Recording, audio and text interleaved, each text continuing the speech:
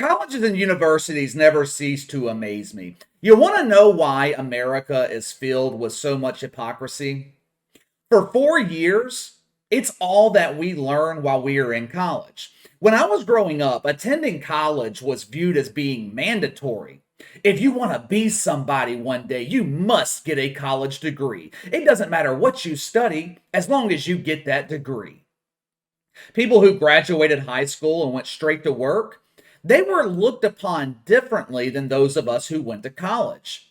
That boy doesn't value education. He is destined for a life of manual labor and TV dinners. More and more people are beginning to wake up and realize that in many cases, college is a complete ripoff. Unless you are wanting to be a doctor, a lawyer, an engineer, a therapist, there is no reason for you to go to college. Oh, well, if you want to be a college professor and indoctrinate young minds with woke bullshit, you'll need to first be indoctrinated yourself at college. You would need to go to college to do that. If you are going into business, though, what the hell do you need college for? You can learn more working in an actual business while getting paid than you will ever learn in college. What the hell can a 30-year college professor teach me about running a business? He's been in the classroom for 3 decades. He doesn't have experience. Today, what we're going to do, we're going to talk about 2 incidents that happened at the university level and how differently each one of them were handled. We are going to start at Washington and Jefferson, a liberal arts school in Pennsylvania. If I had to guess, emphasis on the word liberal. By some miracle, they are still allowed to have the name Washington and Jefferson. I guess this school is so irrelevant, they went unnoticed by social justice warriors who have been on a mission to erase American history, especially when it comes to old white men having schools named after them.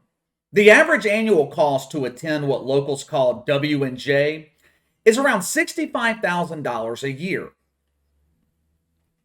You have got to be a dumbass to pay more money to be indoctrinated than the average American makes in a year. For the price of a middle-class home, your child can be brainwashed and forever indoctrinated with bullshit. Believe it or not, Washington and Jefferson, not only do they have a football team, they also have a basketball team. Trust me, I was as shocked as you were when I found that out. Over the weekend, some of the football players traveled across campus to the basketball arena to support the women's basketball team. The arena holds about 2,000 people. They rarely have half that number in attendance for a women's basketball game, which means they draw around the same number of people as the WNBA. I bring up the attendance because in a crowd that small, it is not difficult for you to be noticed. The women of W&J, they were facing off against Westminster, another school that I've never heard of. Like I said, a group of W&J football players who have a reputation for harassing opponents attended the game this past weekend. Take a look at this sign. This is a sign that one of the football players brought to the game. That date, October 14th, 2013, that is the day that one of the women on the Westminster team lost her father. He passed away. Now, obviously, that date holds a hell of a lot of significance to that young woman. I've never lost my father. I don't even want to think about losing him. I hope he lives forever. I could not imagine the thought of losing my dad, much less having some asshole rub his death in my face at a basketball game. Naturally, the girl was triggered by this. And I don't mean in the social justice warrior, I get triggered by improper use of pronouns type of trigger. I'm not talking about fake outrage. This young girl was legitimately offended by this nudnik. Washington and Jefferson officials immediately removed the football player from the game. Less than 24 hours later, Sunday afternoon, the administration kicked his ass out of school. He was expelled. And you know what? Rightfully so. You guys know, I am not usually the guy that supports punishing people because they offend someone. I'm pretty liberal when it comes to free speech, saying off-color or controversial things. In most cases, if I'm offending someone, I feel like I'm doing something right. The other day, I had some dude comment on my Megan Rapinoe video. He had started following me from my Jackson Mahomes content where I obliterate that little fucker for being a little shit fuck. This guy was offended though, because I had the audacity to call out Megan Rapinoe on her lies and propaganda. I am a 61-year-old man who has been following women's soccer for 30 years. I am offended that you are attacking Megan Rapinoe. This woman is a trailblazer for women's rights. I am unfollowing you. I was always taught to respect my elders, but just because you're 30 years older than me doesn't mean you can't be an indoctrinated dumbass. You, sir, need to do your research on Megan Rapinoe, not me. I promise you, I know a hell of a lot more about her than you do. Anyway, I normally don't like seeing people silenced or punished over free speech, but in this case, I'm fine with it. This kid crossed the line. You don't attack someone over the death of one of their parents. It's just tasteless. Apparently, this isn't the first time this has happened either. The mother of this young girl at Westminster, she said it happened last year too, where this same group of kids was yelling at this girl, asking her where her father was. This dude deserved to be kicked out of school. But let's contrast that reaction with the reaction to Juwan Howard. This kid at Washington and Jefferson, he didn't physically assault someone. Hell, I don't even know if I would classify it as a verbal assault. Juwan Howard, he damn near caused a riot, not once, but twice. He did the same thing last year at the Big Ten tournament. I would show you guys the clip again, but if I do, Veritone Media will wait 5 days for my video to generate money, then steal all of it from me. Juwan Howard should have been immediately fired. And when I say immediately, I mean as he's walking off the court, they fire his ass.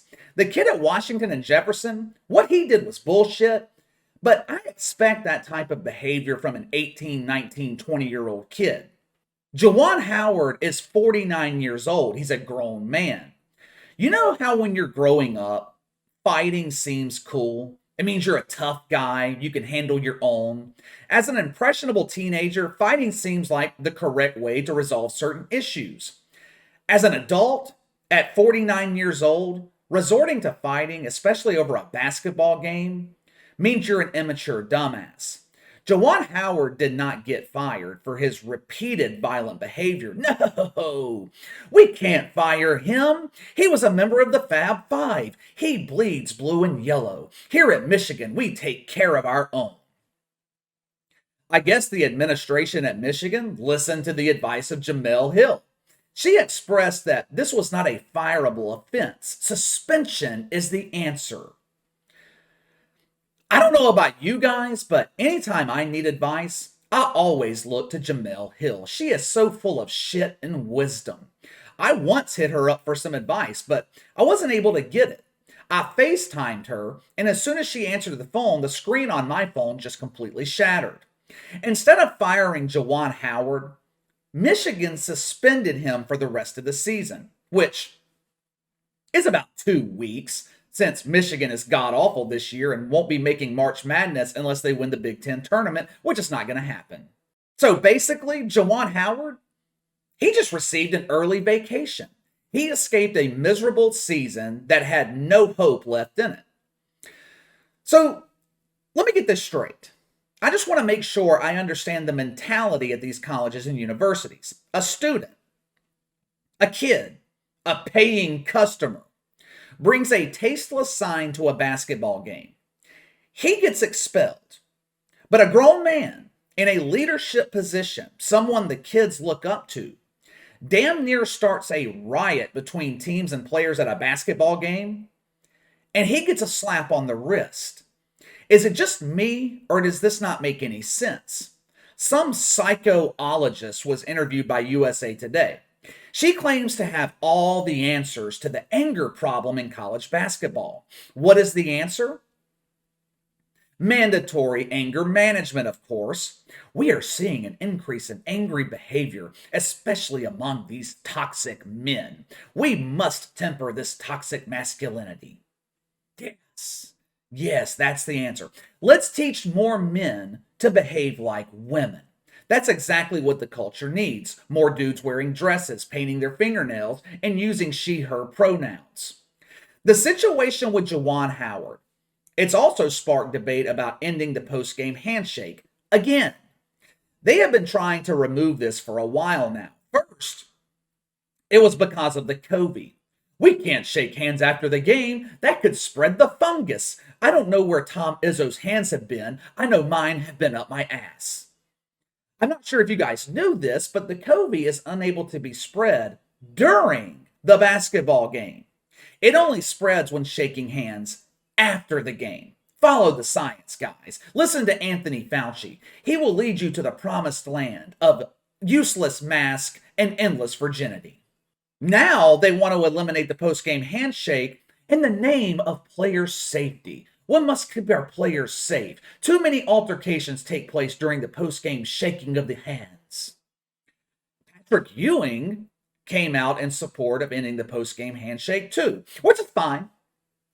That's fine. Because Patrick Ewing, he's not going to have to worry about it much longer anyway. Georgetown is about to fire his ass. The only hands Patrick Ewing will be shaking are at the unemployment line. Eliminating the post-game handshake will not solve this problem. What's to stop Juwan Howard from starting an altercation during the game, during a timeout, or as they're leaving the court before the halftime break? You think just because they removed the post-game handshake is going to stop altercations?